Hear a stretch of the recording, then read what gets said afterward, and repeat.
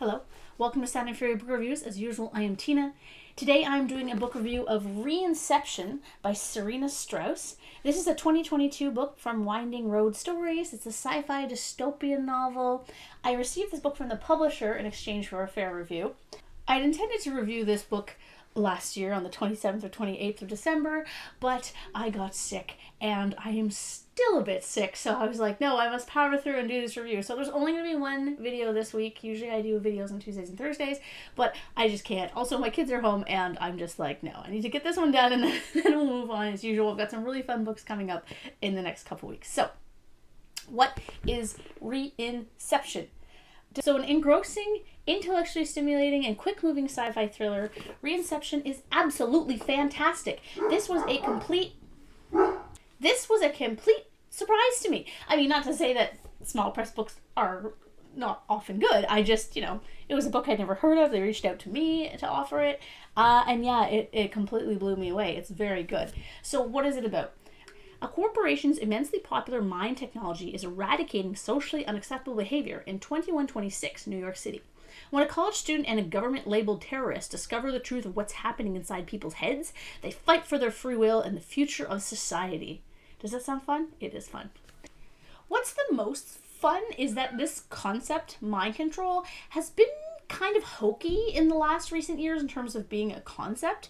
It's been relegated to a classic sci-fi almost. But this novel modernizes it and reimagines it in a way that fits the science we know now and the process by which a government or corporation would implement it. One of the most fascinating things about this novel is that it seems entirely plausible.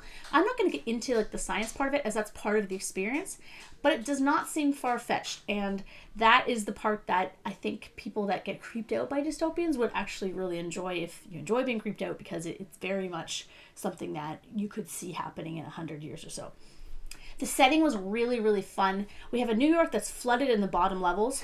I swear I saw this somewhere else, but my husband says that I'm thinking of The Day After Tomorrow. I might be thinking of Waterworld as well. Doesn't he swim down there at one point? Yeah, it's probably what I'm thinking about. Anyway, the lower areas, lower streets of New York City are uninhabitable, and then there's a surrounding area that's also near uninhabitable. So society has been divided into workers called proles, who are genetically modified, and the rich elites who can choose to have elective modifications to not only change their appearance, but also alter their moods and their likes and dislikes, and even sometimes their perceptions of other people in society. It's pretty wild. A major theme in the novel is choice, in allowing people control over their own bodies. I'm a huge proponent of that regarding reproductive justice, so there were large parallels to that in how parents can turn off a young person's sex drive or make them find alcohol disgusting, things like that. It keeps them safe, to be sure, but it also keeps them from experiencing all aspects of life, and it doesn't teach them how to make choices. So that aspect was fantastic and also so interesting and had a lot of opportunities for discussion. If you were to read this for a book club book, I think it would be a great one for that. The storyline moves at a great pace. It speeds past the boring stuff and takes its time with the character developing scenes and action sequences. The story itself is not entirely unpredictable, but there is a twist that I should have seen coming, but I was too distracted with the world building, intriguing ethical questions, and the little love story to even notice it. So when it showed up, I was like, how did I not guess? There's also a dynamic that I really liked in the story. For once, we have a younger man and a slightly older girl. Usually when you have a 20-year-old girl main character, you have an older dude who has to show her the ropes, so to speak. But in this case, we have a 20-year-old experienced girl and an 18-year-old boy. So he's more experienced in some ways and she in others, so there's no power imbalance. In fact, they're perfectly balanced in their knowledge of the world and in their personalities and in their experiences.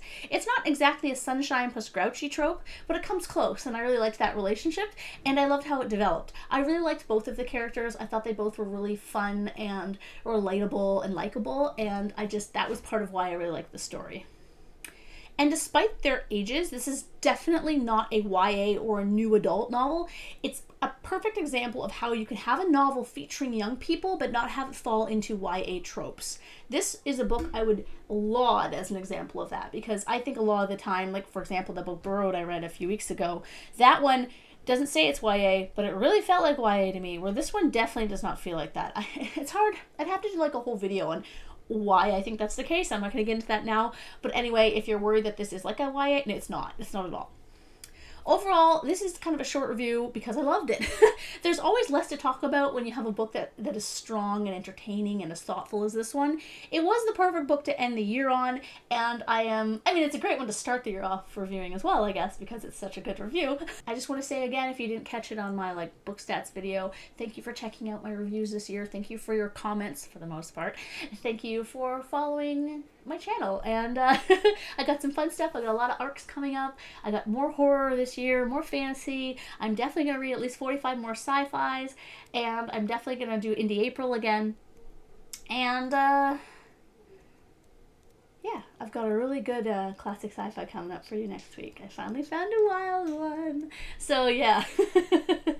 Thanks for watching, and again, ReInception, you guys should really check it out. It's the first in a series, and it's very short. So it's like a quick little read, and it's definitely has a lot of stuff in it, though. Highly recommended. Highly recommended. 5 out of 5. Thank you.